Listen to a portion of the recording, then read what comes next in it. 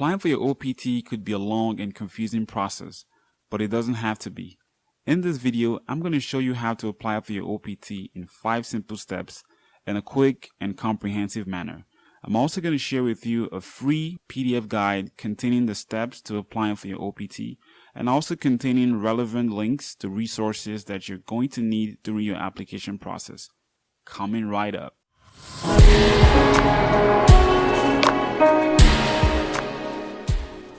Hey, it's Chuki from SojourningsCholar.com, where we help international students thrive academically and professionally. If you're new here, make sure to subscribe to the channel, hit that notification bell to stay up to date with the latest high-value content on the topic of studying abroad as a foreign student. So let's get into it.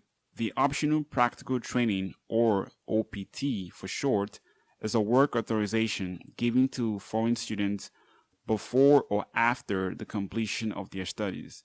If it's given before the completion of their studies, it's called the pre-completion OPT.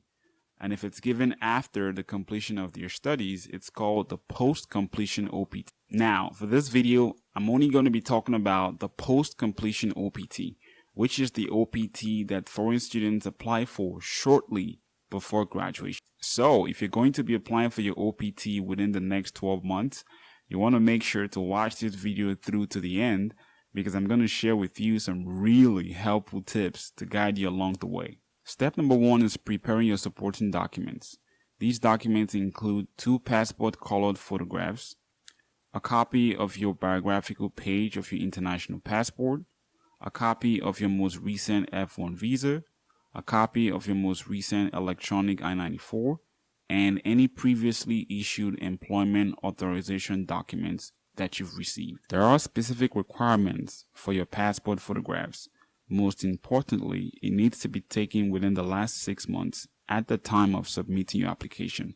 It also needs to be printed out on a 2-inch by 2-inch photo paper. For more details on the passport photograph requirements, please check out the link in the description box below. To keep it simple, I usually recommend you get this done professionally at a local Walmart, CVS, or Walgreens close to you. As for international passport, it's best to have a passport with an expiration date of at least 6 months at the time of submitting your application.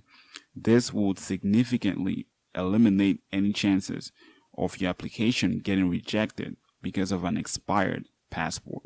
To get your electronic Form I-94, we're going to go to the U.S. Customs and Border Protection's website. This could be found at www.cbp.gov. On the website, you want to scroll down and click on Get Your I-94 Admission Number. And that's going to bring you to the I-94 website. On this website, you're going to click on Get Most Recent I-94. Accept Consent. And on this web page, you're going to enter your first name, date of birth, your passport number, and your passport country of issuance. When you click on Next, that's going to bring you to an electronic I-94, which you're going to print out and add to your application packet. And finally, if you've been issued an employment authorization document in the past, you want to make sure to make a copy of the front and back of your EAD card.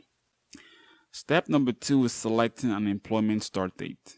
Now, this tends to cause a lot of confusion to many applicants, especially when you do not already have a job offer at the time of applying for your OPT. Whether you have a job offer or not, your employment start date must fall within 60 days of your date of graduation. If you do not already have a job offer at the time of applying for your OPT, what I recommend you do is to select your start date within 30 days to 45 days after your date of graduation. If you're still confused about selecting an employment start date, go ahead and leave a comment below.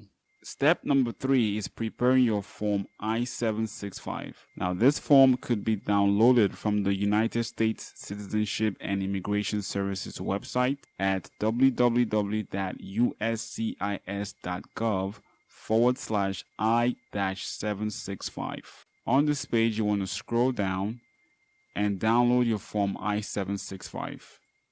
You're also going to download your Form G-1145. Now, when completing your Form I-765, it's critically important to pay attention to the expiration date of the form. This expiration date could be found on the top right-hand corner of page number 1. You always want to ensure that at the time of submitting your application, your expiration date of the form is not current. Now, as you can see on page number 1, the instructions recommend that the form be typed out on your computer or printed out and filled out in black ink. And finally, once you're done filling out your Form I-765, you want to print it out and sign the form on page number 5, section 7A, ensuring that your signature is completely enclosed within the box. You would also want to fill out the Form G1145. And on this form, you're going to enter your name, an email address, and a phone number to allow the USCIS to notify you upon receiving your application. And that concludes step number 3. At this point, if you have any questions about completing your Form I-765, go ahead and leave a comment below. Also, if you're getting value out of the video at this point, go ahead and hit the like button. Step number 4 is getting the approval of your designated school official, DSO for short. Now, some of the requirements in this step might vary from school to school, but generally the procedure remains the same, and that involves having your designated school official review all the documents that you're going to be submitting towards your I-765 application.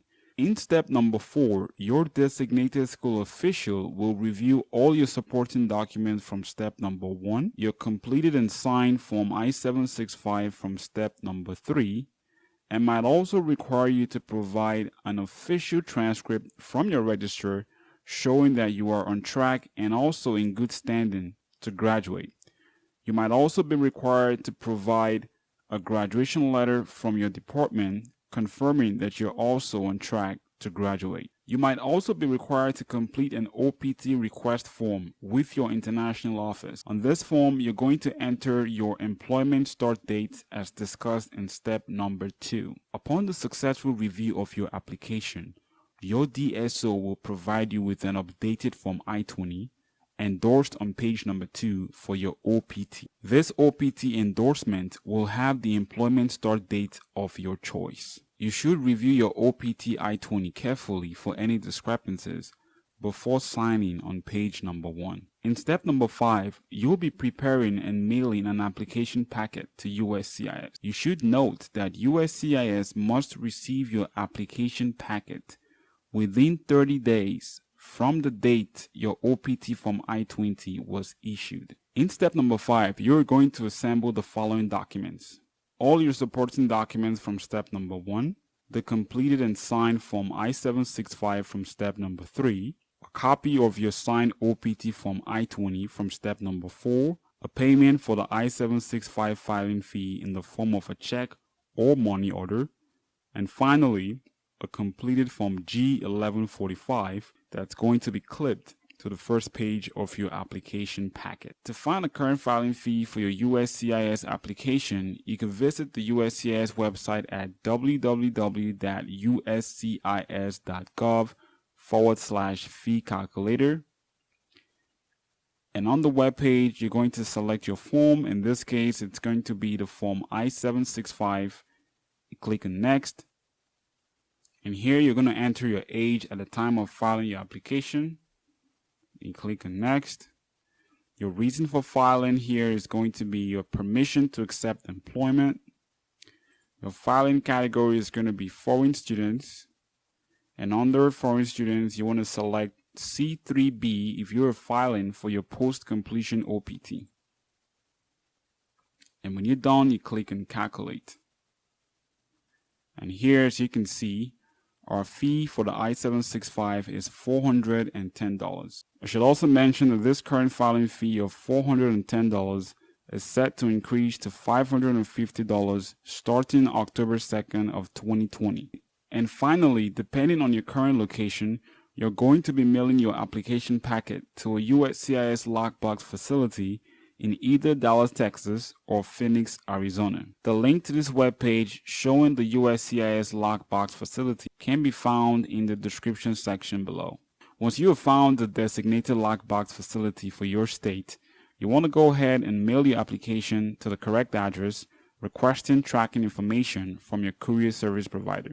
And there you have it. Those are the 5 steps to applying for your F1 post-completion OPT. Now, once your application has been received by USCIS, they will send you a letter called the Form I-797C. This letter will contain a tracking number that you can use to track the status of your case on the USCIS Case Status Tracking webpage. For more details on this, check out our video on how to track your application with USCIS. And that pretty much sums it up. Remember, you're not required to have a job offer at the time of applying for your OPT. So it's very important that you should apply for your OPT as early as possible. You are allowed to apply for your OPT as early as 90 days before your graduation date. And with USCIS processing times taking as long as 3 to 5 months, applying early can never be overemphasized. A link to this free guide containing all the steps we've discussed in this video can be found from a link in the description section below. In this guide, you will also find bonus content discussing what to do after applying for your OPT. If you have found this video to be of value, go ahead and like it, share it, subscribe to the channel, and hit the notification bell to stay up to date with all the high value content coming your way. If you've got any questions about applying for your OPT, make sure to leave me a comment and I'll be glad to clarify any questions or concerns that you have. Also, if you have any suggestions for future videos you'd like to see, leave me a comment in the comment section below. For more helpful resources, make sure to check out our website at sojourningscholar.com. Thanks for watching this video, and I'll catch you on the next one.